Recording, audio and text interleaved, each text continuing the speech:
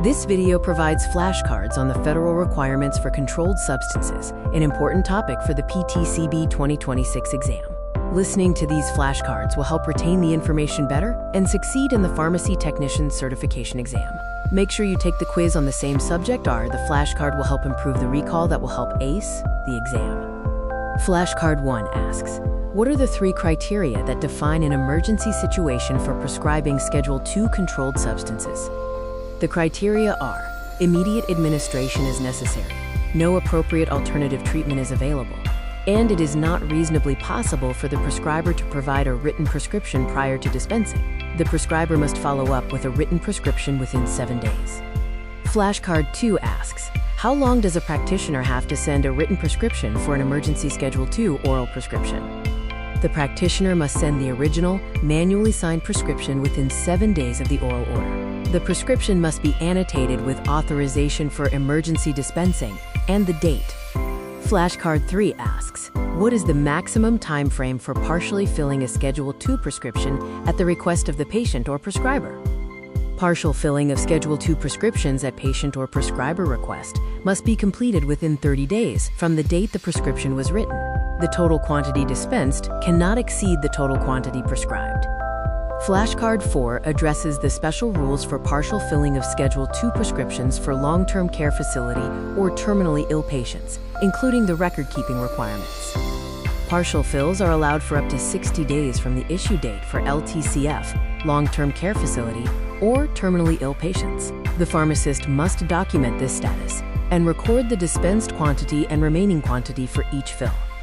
Flashcard 5 asks, what security requirements are mandated for storing Schedule I and II controlled substances? Schedule I and II controlled substances must be stored in a DEA-approved safe, vault, or a vault with reinforced structure. Dual security is required if accessible to unauthorized personnel. Flashcard 6 asks, what are the storage requirements for Schedule III, IV, and V controlled substances?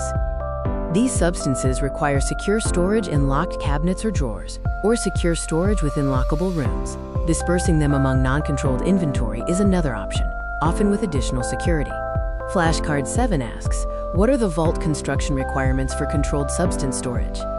Vaults must be constructed of 8+ inches of reinforced concrete or masonry. Doors must withstand specific entry attempts, and a required alarm system must transmit directly to police or a central station. Flashcard 8 asks, what is a perpetual inventory system and which controlled substances require it?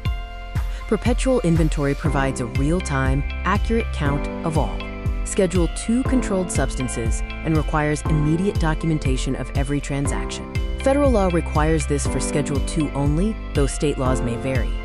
Flashcard 9 asks, how often must a physical inventory of controlled substances be taken? A biennial inventory, every 2 years, is required for all controlled substances. Initial inventory is required when DEA registration begins. All inventory records must be maintained for at least 2 years. Flashcard 10 asks, what is the monthly reconciliation requirement for Schedule II controlled substances? The answer is, Schedule II perpetual inventory is reconciled against on-hand inventory monthly. Discrepancies or losses reported to the DEA within 72 hours after confirmed loss. Reported online via the DEA Form 106. Just a quick recall. Form 222 for ordering C2. Form 41 is Registrant Record of Controlled Substance Destroyed. See you on the next flashcard set.